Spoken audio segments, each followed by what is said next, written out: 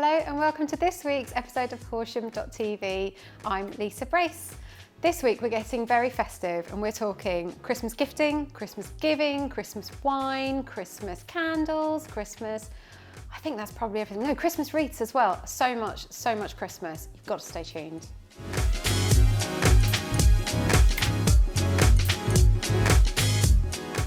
Hello, I'm with Georgina from local florist Eden Primrose, and today she's going to teach us how to make a very beautiful table centrepiece that costs next to nothing. Yeah.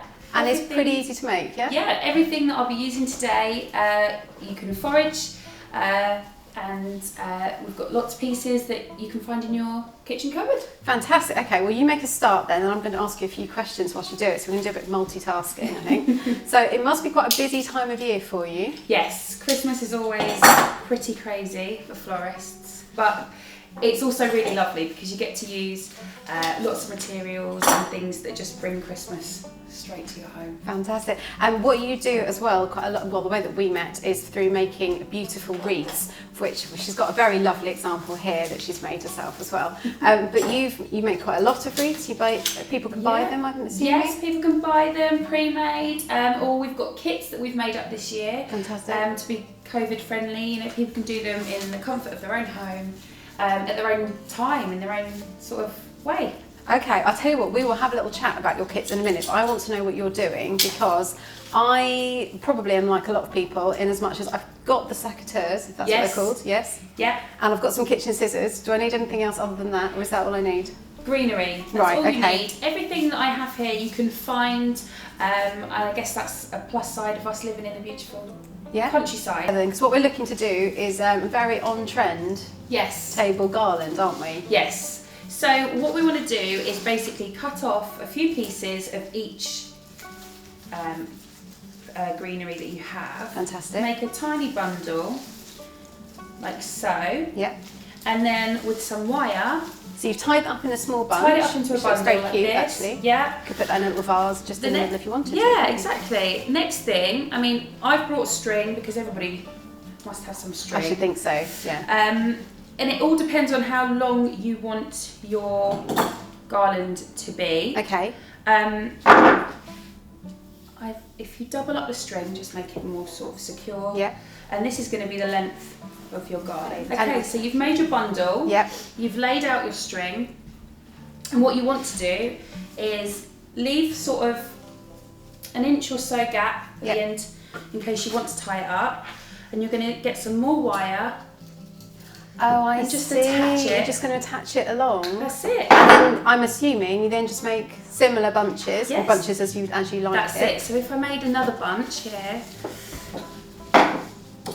This is really lovely. And so then you can it'll bend beautifully around your table, look really nice. And I suppose you could nestle in some, I'm getting all excited now. You could nestle in some candles, you could put some night lights around it and things. Fairy lights. Oh, that's so beautiful. She also does these fantastic DIY wreath kits, which is great because she usually does workshops at home. Obviously with COVID, we can't do that. So she's bringing them to your doorstep, is that right? Yes, that's it, all hand delivered.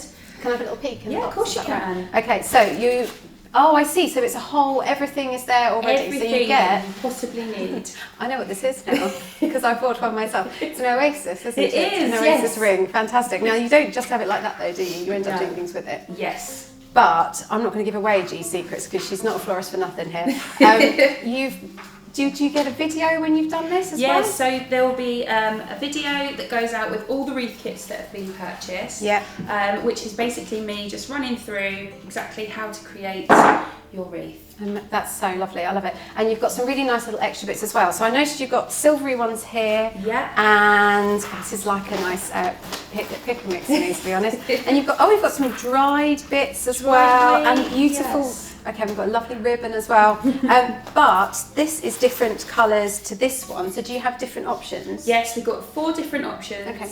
And they all come with all the greenery for that theme. Yeah. So here, this is a gold, a traditional red and gold. Yeah, with beautiful dried chilies Yeah. and oranges, cinnamon, star anise. It smells, honestly, I wish we could have smell-o-vision, but it does smell really lovely and festive. It's gorgeous.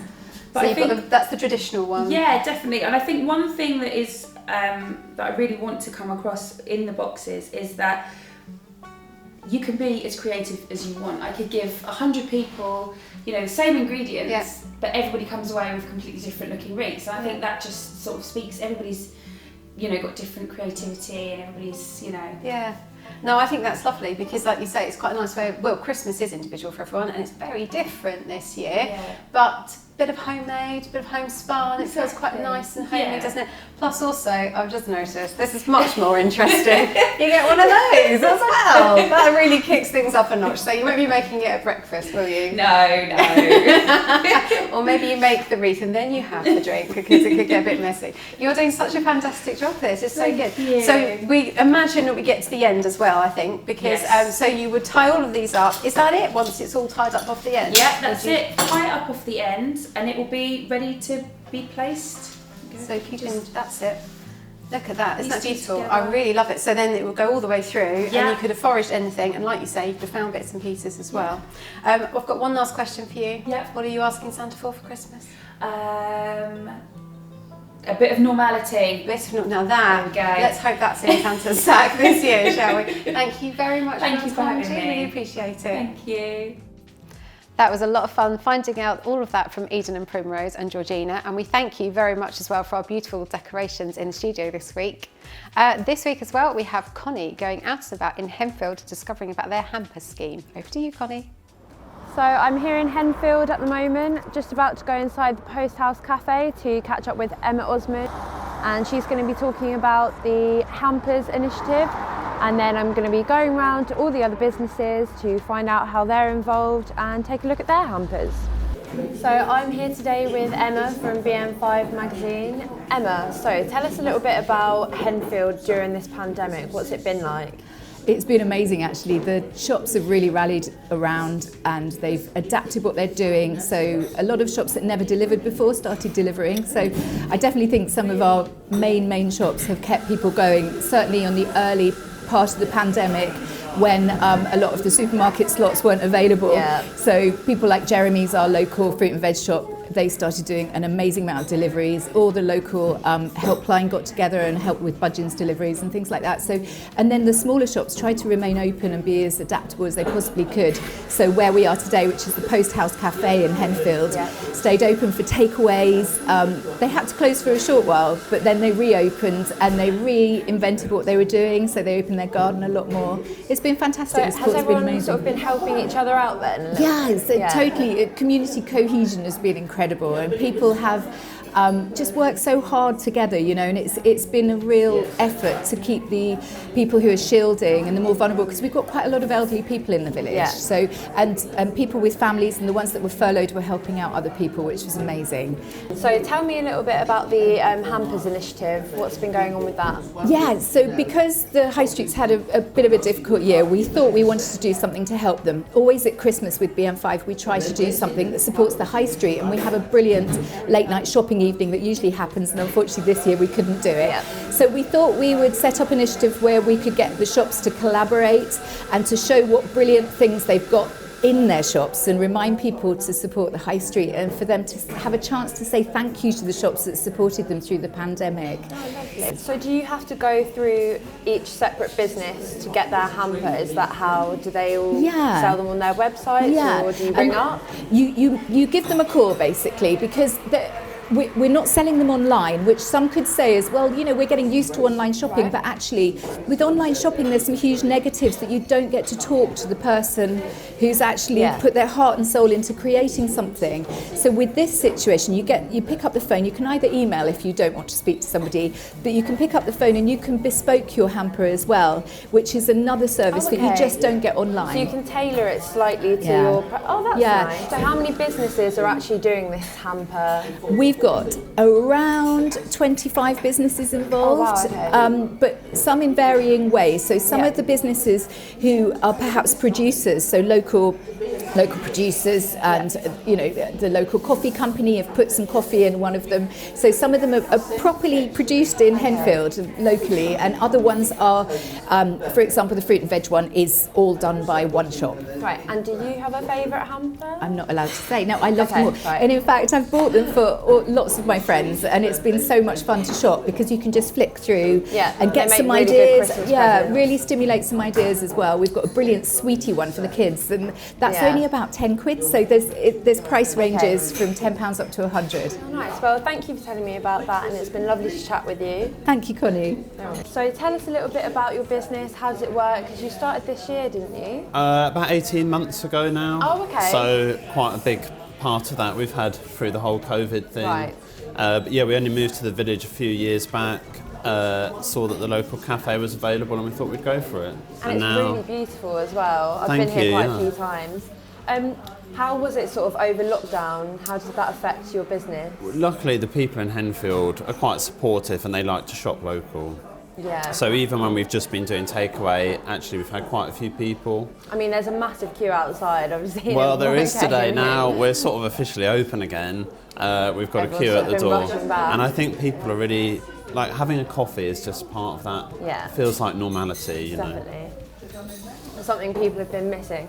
So we've been talking about the Hampers initiative, and although you haven't got one yourself, you've been helping sort of create other people's, haven't you? Yeah, again, we wanted to sort of be part of the local community and things that were going on. And Emma from BM5 had a great idea about doing these local hampers, and we just had some cups made, so it seemed I've like had a my great eye on these idea. cups, actually. So there's a food hamper, and all of the local sort of food suppliers have got little bits in it.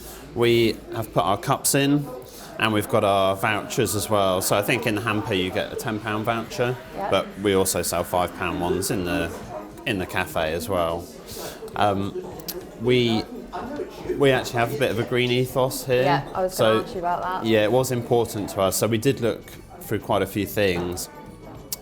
These are made from 100% recycled plastic, so it's things that would have gone into landfill. Okay. And of course, you're not using a reusable cup.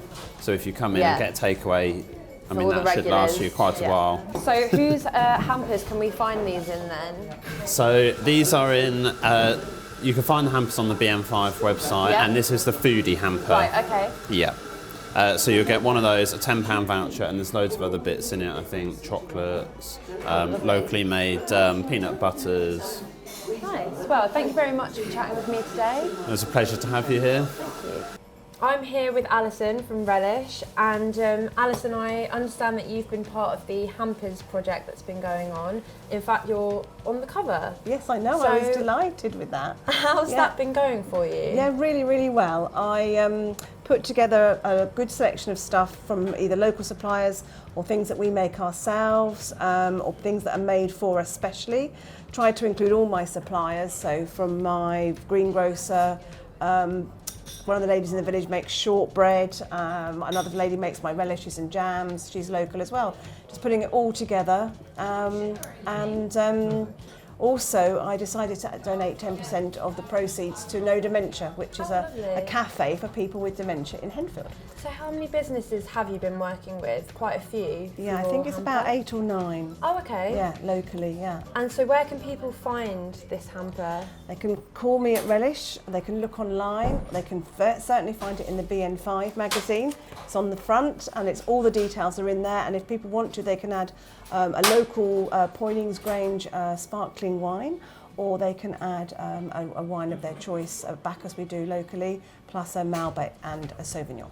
Thank you for speaking with me as well, and I look forward to trying your hamper. Oh, thank you, Connie, nice to meet you.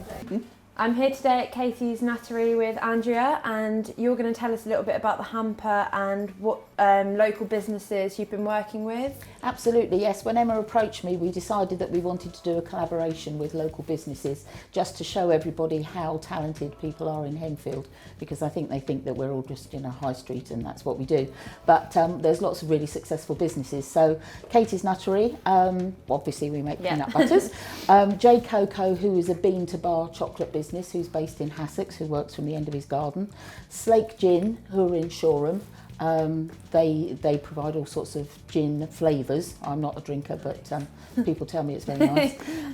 These items come from Roasted, which is down on Henfield Industrial Estate, a local coffee company, and the award-winning teas. And this is from the Post House Cafe up the road, Oliver Borrow and his business up there. The only one that I have missing is the one from Pestle, which is handmade korma sauces, etc. But the dates on them mean that I don't have any at the moment, so I will order them as and when we need them. So it's quite a nice little mix of stuff. And where can people purchase these hampers from? Via me. Via you, So they need to ring up. contact me at Katie's Nuttery. My mobile phone number is on the site, and just give me a ring and I will sort it out, and then we'll deliver them to you. Lovely. And do you change all of your nut butters, or are they the same in all the hampers? We can change them if people don't particularly want something. Okay. We've had an inquiry from a lady who wants to double the amount of nut butters, which is obviously fine for us, and lose one or two of the other items, so that's fine. So we'll just make it customised to what she wants. Lovely. Well, thank you very much for telling me about that. It's been really lovely chatting with you. Nice to meet you. Nice to meet you too. So this week we have our Santa in disguise. I don't know who it is, Jeff's been booking people left, right and centre. So come on in then, Santa in disguise. Who are you? Ho, ho, ho, ho, ho, ho. I think there is a slight giveaway here. I can see something on his t-shirt. Would you like to reveal yourself? Ta-da! It's Luke from the Horsham Cellar. Hello, Luke. Hello, Lisa. How are you? I'm very well, thank you. Welcome to Horsham.tv. Thank you very for much. coming. And you come bearing gifts as well, which is the right kind of Father Christmas. I as far as I'm have an concerned. entire sack full of Christmas goodies. That, by the way, if anyone wants to know, is my favourite kind of sack of Christmas goodies. It's clinking, which is fantastic. So, would you like to talk us through what have you brought with you today? Well, the theme is fairly simple. It's a range of 5 drinks to take you through breakfast through to the cheese course on Christmas Day, basically. So, what's the morning livener then? What are we having for Well, breakfast? the morning livener has to be fizz. I mean, it has to be really, It doesn't it? has to be fizz, Yeah. and I love to support local. Oh, this looks nice. So we have got Horsham District's newest sparkling wine. Oh, I'm not aware of this one at all. So this, for those that want to see, there we go. We've got Kin, and so that's West Chiltern. Oh, that Expect sounds lovely. bready, brioche, biscuity, toasty notes. Oh, brioche, toasty noted champagne. I think, yeah, that sounds lovely. I think, you're kind of looking at 11s, you're getting a bit peckish. Yeah, You might break open the olives. I would absolutely break open the olives. They look very nice. as well. Incidentally, these come free with what has to be the best Manzanilla sherry from Jerez in Spain. Okay, so We need a white wine, really. we do, yes. We're probably going to start, I don't know, maybe with a prawn cocktail. Yeah, I like the sound of that, yeah. Something to do with avocado. Yes. Maybe sausage rolls. Something Class, like so that. 1970s. You want a white wine which is rich, flavoursome, is versatile, pairs with a lot of different foods. Yep. But this is my wine which is a bit of a discovery. Okay. So the grape is called Greco, Right. Greco di Tufo. It's from the Vesuvius area of southern Italy. It's really not very well known in the UK, but it offers a bit of everything. It's a real crowd pleaser of a Oh, wine. well, that's good. It's full, it's quite peachy, Yeah. yet it's still refreshing. It's unoaked but full-bodied. It's kind of everything. Oh, It's a wow. real Oh, it crowd does, pleaser. yeah, that's good. So it's a one-size-fits-all almost. It of a really wine. is. You Nice. can have it on its own if you don't like the food that your mother-in-law's I don't know presented what to you're you. suggesting. But it does pair with food really, really well. That sounds lovely. We are going to then move on to a big, rich. I was going to say, crowd I mean, you're pleasing going to red. have a red as well, aren't you, Yes. really? In fact, have you ever tried the Carmenère grape before, I Lisa? don't think I have. No, I don't recognise it. So Carmenère originated in Bordeaux, but has kind of become Chile's signature grape. It's Right. kind of Chile's answer to Malbec, really. Oh, I like Malbec. But just with a bit more complexity. So expect big, bold, dark fruit flavours, blackcurrant, plums, that sort of thing, but with a real twist of coffee and chocolate. Oh, that sounds nice. It's one of those wines that just jumps out the glass and gives you a big hug. basically. And we all need a hug this year, We do. don't we? We So I really, think that really, sounds really good. do. Yeah. Incredibly food friendly again, but it does have the power and the richness to match your hearty roast. The Basically. really heavy type of food as Whatever well. it is you're roasting, to be honest. Once you've given yourself a couple of hours to digest, Yeah, you might then start grazing the cheese board. obviously. You kind of want some port with it. Yes. At the Horsham Cellar, we've always had Graham's range of aged tawnies. So some people get a bit scared at the thought of having a whole bottle of 30-year-old tawny port, but you can just get a 20 cl, and that's an incredible value product. For something that's 30 years old, you can try it for, well, it's $17.99, but it's Gosh, great, that's a good price. value for a 30-year-old port. And I was just going to say as well, if you have questions about wine and what to pair, or you're not sure if you want all of these or some of these, you're brilliant at just having a chat to about what sort of wines people like, and then you can make some suggestions, can't you, in your shop? Absolutely. We love to give bespoke advice, basically. People might say what their menu is or how many they're catering for. Obviously smaller numbers this year, but we love to give advice and pull cases together or just a couple of bottles together based on those preferences, really. If our chat has whet your appetite, then Luke has a very interesting offer for you. Take it away. So we are going to pull this lovely selection together in the shop. The normal retail price would be £93, but we're going to sell it through the shop at £89 for Christmas. But there is an incentive for the first 10 people who order it through the Instagram channel. They will receive these lovely products in a free Horsham Cellar jute bag. Very beautiful. And they will also receive inside the bag a free bottle of gorgeous Lime Bay Winery Damson and Elderberry mulled wine. That sounds delicious, doesn't it? Don't know if you're like me, but Christmas is always a time for having wonderful scents in the house, whether it's something cooking or orange or cinnamon or what have you.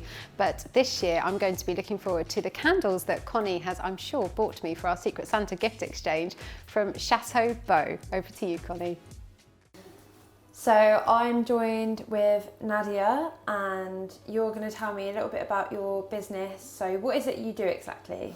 So I run a little business called Chateau, and we specialise in candles and wax melts. So what we're going to be doing today is we're going to be making a candle. So we are releasing a new range in January. So you're just going to help me do a tester today. What's the sort of process for making candles? So we've got the fragrance here that we're going to be testing today, Right. which is peony and oud. And what we need to do is we just need to mix it with, we use soy wax, which is a natural base wax, which is vegan free, biodegradable. Right. So the ethics that we try and put into Chateau are obviously helping the environment. Yeah. We want to be as sustainable as possible. And obviously working with a natural wax, it's a lot of variation. So it's a lot of mistakes have been made, and obviously trying to get the perfect product, but we've got there. So what we're going to do today is we're just going to add the fragrance into the wax once it's boiled, and I'm going to kind of teach you through the process of trying to get that perfect finish as well. I'm really excited to make these, but I'm just going to ask quickly, how do people go about purchasing your candles and products? So at the moment we're on Etsy. Right. We're also on a small indie business website, which is And So to Shop, so you can go there. We will be having a website, but that's just currently in progress. In the process, yeah. Okay. So Brilliant. hopefully early next year. Right, let's make some candles then. Okay, cool. Okay, so we have the wax already melted. So I'm going to pass this over to you. And what we want to do with the wax is just make sure when we are making candles that we don't overheat the wax, because what that can do is burn out the fragrance as you pour it in. Right. So it's really important that we get it to a certain degree when it's fine. So I'm going to pass you the fragrance, and all you need to do is pour that in, and you need to stir. You need to give it a good old stir for a couple of minutes. Okay, so that should be fine. Just give it a little smell so you can smell the fragrance. Yeah, that Still smells there. nice. Brilliant, okay. So what we need to do now is we just need to try and get a nice finish on the glass. Yeah. We're just going to pop this in the oven for a couple of minutes. We just need it to be warm when we put the warm wax in. All right, lovely. Yeah, so now it's all cooled down, and Should the I glasses take this out? are, take that out. Okay. And then just equally pour them between the two. Does it matter how, or do I have to do it quite slowly? Quite slowly, yeah, just there's no sort of air bubbles that get in there. That's fine, yeah. Is that okay? Yeah, that's perfect. Oh, lovely. Okay, so now we're just going to leave them to set. Okay. And how long do they take to set usually? Around sort of 30 to maybe 50 minutes. Lovely. Okay, before well, we can move them. we'll come back when they're set then. Perfect. So I finished my candles and we're just waiting for them to set, but this is what they should look like in the end. Hopefully they'll turn out looking like that. You've got your new range coming out in January, which I really look forward to. Yeah. And you should have your own website upcoming soon. That's correct, yeah. Lovely. Hopefully early next year. Well, thanks for teaching me how to make candles. You're It's been welcome. lovely chatting with you. Thank I you. hope to see you soon. So Christmas is generally a time for giving and receiving, but there are always those people out there, unfortunately, who are less fortunate than ourselves. And particularly this year, there are going to be people who are in need of quite a lot of kindness and assistance. With me today, I have Paula from Horsham Matters, who's going to talk to us a little bit about how you can help other people, but also if you are in need of help, how to access it. Hello Paula, thank you for joining me. Thank you, lovely to be here. Oh, well, for and lovely inviting pink me. hair as well. Thank you. So Paula, tell me a little bit about Horsham Matters to begin with. Yes. Horsham Matters is a small local charity and they work to relieve hardship, people who are struggling. And there's the 3 key areas, which are fuel, food and shelter. Okay. The biggest area is food, and most people know us from Horsham District Food Bank, which we run on behalf of the Trussell Trust. Okay. So that's the biggest area of our work, although we do help people with fuel poverty, gas and electric, people who are homeless and people who've been housed and haven't got any possessions. Okay. So it's kind of a wraparound service. So that's very important. And with the food bank aspect of it, you were explaining to me earlier as well, there's quite a few people that access it throughout the year. Yes. But you've seen an upsurge this year due to the pandemic, is that right? Yes, absolutely. A typical month earlier in the year would be around about 260 adults and children fed. Which still sounds like a lot to me. It's incredible, yes. And that was a rise on the previous year. And in the last 2 months, they have been about 750 and 650, Goodness me. Respectively, of which over 300 in each month would be children. I mean, that's for me, I'm a mum, and that actually makes me feel quite sad that there are children that are kind of having to experience that. Absolutely, yeah. When we're talking about the food bank, we're also talking about Christmas and Christmas coming up. Yes. So how are you guys helping people access food over Christmas period, but also what do they get? Yes. What are the boxes? I mean, we've got a variety of boxes. I've got quite a few questions for you there. Yes, of course. So we do an extra provision out of school term times. So that could be in the summer holidays, it could be half-term period, or it could be Christmas. This Christmas we have received nearly 300 referrals from local schools, both primary and secondary, for families at risk of being hungry at Christmas. And that's up on last year, which was around about 35. I mean, that's an extremely huge increase, isn't it? So it's a tenfold increase. Yes, absolutely. And you know, that's it's really, obviously we're not commenting on why that would be. We're just here to see to meeting the need, really, which is absolutely without fair. judgment, and for everybody that needs it. I was going to say it is without judgment, isn't it? Because you were saying as well, because there's some people who may have just lost their job and they're experiencing that gap between actually being able to access their credit, for example. Yes. But so you're helping in those gaps. You're also helping anybody really who's in need of it, aren't you? Yes, absolutely. So the Christmas provision, this is what our Christmas box looks like, and actually every family receives 2 boxes. One of these boxes will have around about 20 kilos of long life and fresh food inside, and then the other box will contain Christmas food, chocolate and mince pies and all the good things. Because it's only fair to have a little bit of a treat at Christmas. Absolutely, isn't it? yes. Yeah.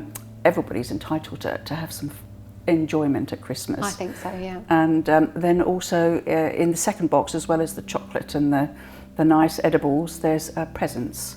Mostly for children. And for anybody who's interested, by the way, if you wish to make a donation, your needs and your good needs sort of change on a week-to-week basis. Is that about right? That's right, yes. So people can access that via the website, can't they? There's a list on there. The Horsham District Food Bank website. If you do a Google search for that, you'll find that on there, or perhaps there'll be a link that can be shared. Okay. We can share a link. We'll add a link underneath here. But also just to say, there's also a list of a few things that they don't need at the moment as well. So bear that in mind. There might not be a baked bean tin needed at the moment. However, if you wish to make donations financially as well, there's that option too. So there's plenty of options. But we also mentioned as well, there are ways to get in touch if you are in need. Now, how would you go about that? So if you feel that you benefit from some food support, then just phone 0300 124 0204. Okay. During the week, we're open between 9:30 and 4, and somebody on the food bank team will have a chat with you about what your need is, and we'll put you on the list. Currently in lockdown and coming out, it's within 48 hours. It's delivery to the doorstep. Wow, that's good. Although also at the moment, even running through the pandemic, we have a new supermarket style food bank running in Horsham, which is accessible Thursdays and Saturdays. So it's a little bit of a combination of both at the moment. One last thing as Yes. well, so the food bank isn't just for Christmas, to nick No. somebody else's analogy. It unfortunately is needed all year round. So Yes. if you have donated and given gifts for December, that's lovely and thank you very much. But it's just a reminder that unfortunately in January people will still be in need and Yes. you know, whatever you can give will be appreciated. I think it's right. We'd be very grateful because we're having to do nearly at the moment 300 Christmas parcels. So if you think about the quantity of food that's going to be going out of the door in a couple of weeks, we obviously will need to restock in the new year. That's fair. So yes, the need is all year round. So that's it for this episode. Just bear in mind this weekend when you're out and about shopping that so many of the shops are taking part in Window Wonderland now. So make sure you are having a look in the windows and taking some photographs and then sharing them with us so we get to have a sneak peek too. Have a lovely weekend and the rest of your week, and we will see you next week. This week's episode was brought to you by Virtual Horsham.